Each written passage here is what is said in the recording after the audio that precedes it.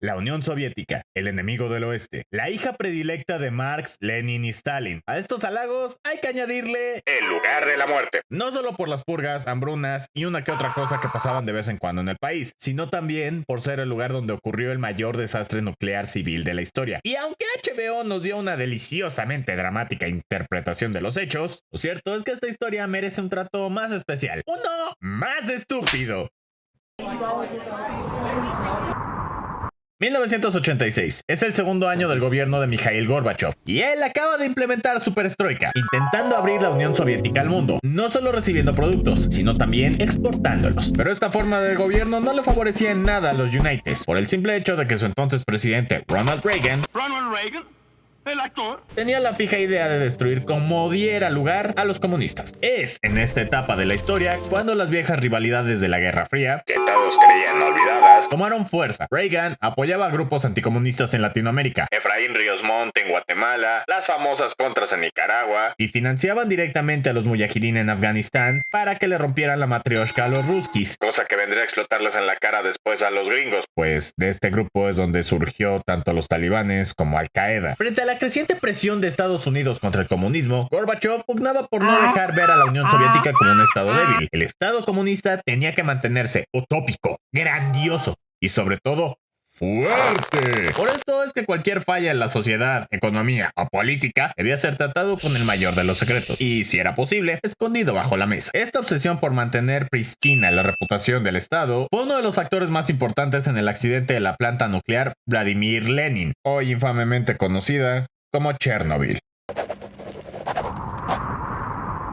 Comisionada en 1972, esta planta formaba parte del plan nuclear soviético para dar a toda la nación electricidad generada a través de reactores nucleares, una forma no solo de mejorar la producción eléctrica, que hasta entonces necesitaba carbón, sino también de demostrar la superioridad rusa ante el mundo. El primer reactor en funcionar fue inaugurado en 1977. Era un reactor RBMK, diseñado para ser controlado a través de varas de boro con puntas de grafito. Era un diseño 100% soviético, el orgullo de la nación. Después de ver el buen resultado del primer reactor, se comisionaron 3 más. El reactor número 4, o el bombitas para los compas, se terminó de construir en 1983, antes de lo esperado. Esto trajo grandes halagos de superiores a los jefes de la planta, además de unos bonos que te cagas al solo oír de ellos. Para esos jefes, todo iba bien, pero para la historia, este solo sería el inicio de una pesadilla.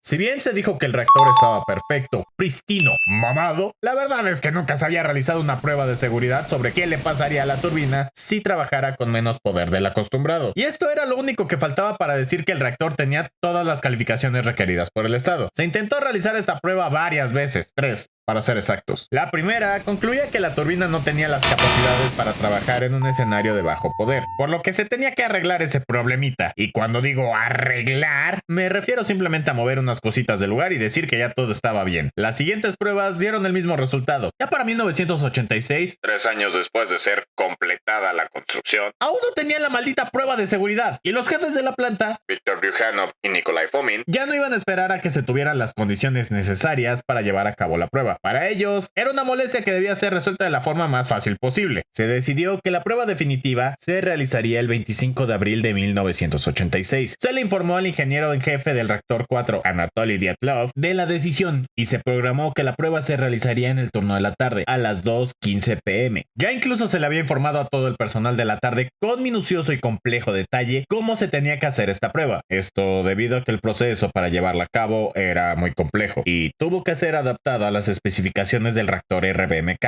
el cual no era uno común. Todo iba a salir a pedir de boca, excepto que el jefe de la electricidad de la ciudad de Chernobyl le pidió a la planta no realizar la prueba sino hasta muy entrada la noche. ¿Por qué? Porque no querían cortar electricidad a las casas durante la hora en que más se usa. Se demoraron la prueba nomás porque no querían molestar a los habitantes de la ciudad. Pasaron demasiadas horas hasta que por fin, a las 11:04 p.m., se le dio permiso a la planta nuclear de hacer la prueba. Pero para entonces, el turno de la tarde ya había concluido su jornada laboral y, como es normal, se fueron a mimir. dormir. A esa hora estaba el turno de la noche, un turno que no sabía ni madres de la prueba, no sabía qué chingados era, en qué consistía, si se comía con galletas, tortillas o pan, o si debían meter solo la puntita, o incluso si iba a doler al entrar. Uno pensaría que para evitar cualquier malentendido, Dyatlov, o por lo menos los jefes de la planta, le darían al turno de la noche el mismo entrenamiento intensivo que recibió el turno pasado, al ser un proceso complicado.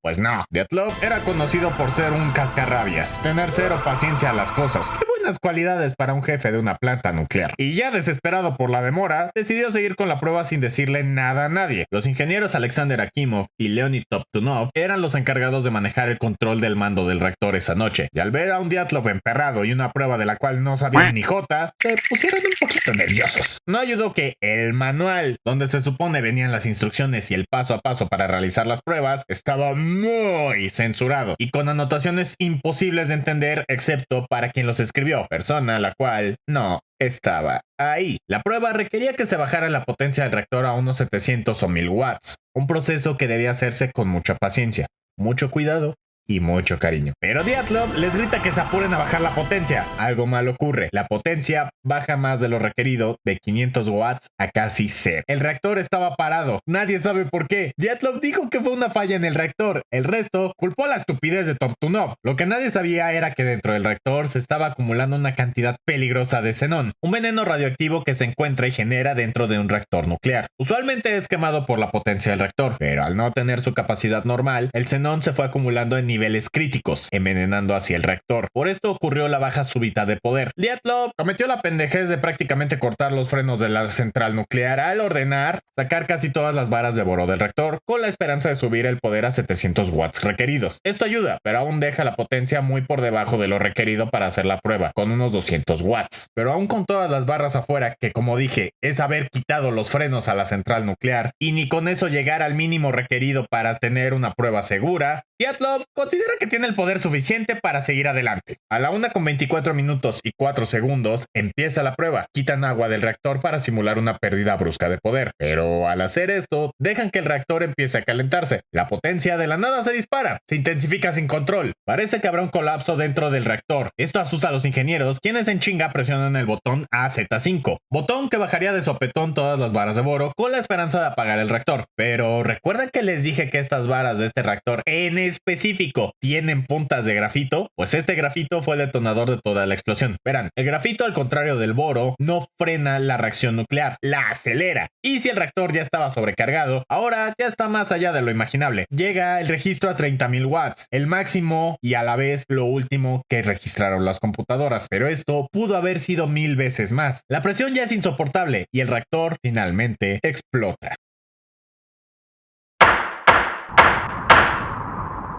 El reactor arde en llamas, pero no las llamas de un fuego normal causado por madera o carbón, sino uno alimentado y creado por el reactor nuclear que ahora está expuesto al aire libre. Una nube tóxica se forma sobre la planta, la cual se alimenta de más radiación con cada segundo que pasa. Los bomberos de la ciudad de Chernobyl llegan a combatir las llamas, pero ignoran que siquiera estar cerca de la planta nuclear es suficiente para matarlos en una semana, y nadie se da cuenta de la magnitud de lo que pasa hasta mucho tiempo después. La nube tóxica empieza a recorrer Ucrania, pasando por Europa del Norte, llegando incluso a Irlanda. De hecho, tenemos video de eso en el canal. Alarmas contra la radiación se encienden incluso en Suecia, miles de kilómetros alejados de la planta de Chernobyl. Pronto los bomberos van a morir, igual que Akimov y Toptunov, por envenenamiento radiactivo. Pripyat quedará inhabitable por 100 años. Dyatlov, Bryukhanov y Fomin serán juzgados y culpados por el desastre, uno que recae mucho en el Estado soviético por diseñar un reactor con una debilidad específica, pero letal. Ante el mundo, Gorbachev dirá que no hay peligro, que Rusia puede por sí sola contener el accidente, pero a puertas cerradas se caga por los informes que le llegan. Y aunque lograran contener el accidente, miles de vidas serán perdidas, ya sea por cáncer, envenenamiento radiactivo, suicidio o la necesidad del Estado de que nadie sepa sus pendejadas. Pero como se dijo en cierta serie, la verdad